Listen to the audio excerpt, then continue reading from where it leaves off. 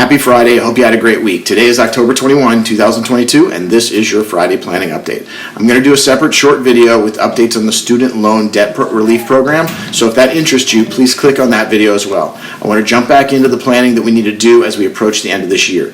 As we all know, it's been one for the record books, and it's not over yet. Based on all that we have left to discuss and accomplish, it's a good thing we have just over 2 months left until the end of this year. As I often do, I want to bring you all in this video some lessons that we're learning every day in our interactions with you, our valued clients and friends. If any of you have been like me and spent some time working in large organizations, you may recall some rules that have come up that you just have to scratch your head about. You know, those really one-off rules. Well, I'm sure that you found this as I did. If your organization was large enough, the rule probably came about due to the actions or inactions of just one person.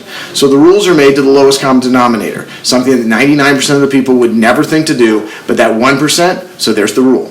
Well, please don't be surprised if some of these things sound like that. I will tell you, this is not a group of those 1% outliers. These are a few things that we're bringing to our review meetings if they've not already been discussed, because they happen enough to bring the question to everyone. Okay, here are the few of them.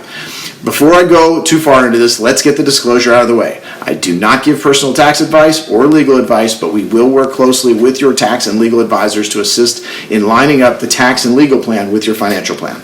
Okay, sorry, after the brief commercial break, back to the regularly scheduled program. First, how many of you have spent the time and probably the money to have your estate plan drawn professionally by an estate planning attorney? If you have not, we should talk about this. Not everyone needs a complex estate plan, but let's talk about it if you do.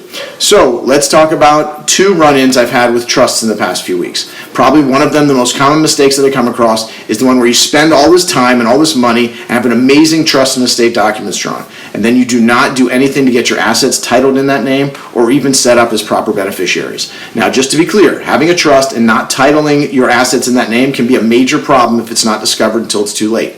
So please don't be surprised. I will be asking you about this in our year-end reviews.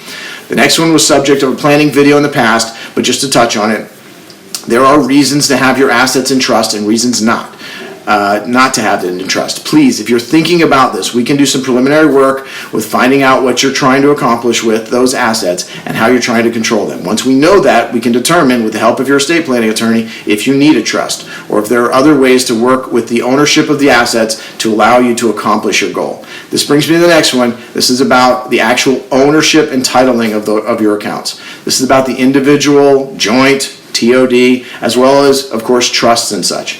Each of these have their own pros and cons. Please, let's use this time to review this to make sure whatever happens, your assets are protected in the way that you intend. Let's turn the page from the title and the trust and move to the dangers lurking in the dark places we find ourselves on the internet at times. I've spoken many times to you about the dangers of fraud on the phone and the internet. I wrote an article published a few months ago about that as well. I'm happy to share that with you too, if you like. This is one that we can talk about, but it really comes down to what I'll call the smell test. It simply is that. If it smells even a bit funny, please stop, take a deep breath, and ask some questions to yourself, to me, to some other third party. This is not only dangerous to your financial health, it can move into many other places, and we're happy to help you ask some of those hard questions. I'll ask, who of you that is watching have been the victim of some kind of fraud, identity theft, or worse? Do you know someone who has? These people are often very smart, and unfortunately, so are the criminals. So please be very careful. Again, I'm about to record the short student loan forgiveness video, but there's good reason why the government is pushing very hard with the fact that you must be vigilant about this and careful not to be taken by crooks. So on that inspiring note, let's redirect before we go off into the weekend. We have a bit over 2 months to review the 2022 plan and what we can do to find the silver lining in this cloud. We also have the tools, the knowledge, and the team to assist in the planning for 2023 and beyond. I'm not yet high-tech enough to share with you a graphic, but I'll tell you this. As we discussed last week, we have to remain focused on a long term. One of my favorite graphics is about the 73-74 bear market. We know that there have been many of them, bear markets, but this one was pretty ugly, and people like to bring it up about now. From January 1973 to December 1974, the Dow Jones Industrial Average was down 45%.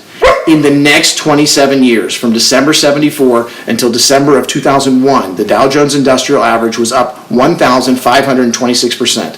I know, you'll tell me you don't have 27 years, and some of you don't, but I can show you on the chart, when you look at those ugly 2 years, wow, ski slope.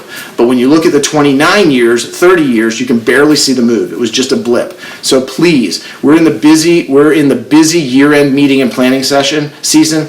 Let's talk soon, and let's get plans on the books for year-end 2022 and for 2023 and beyond. Come back Monday. This time we're back on Monday for a market update, and again next week for some more Friday planning video. Have a great weekend.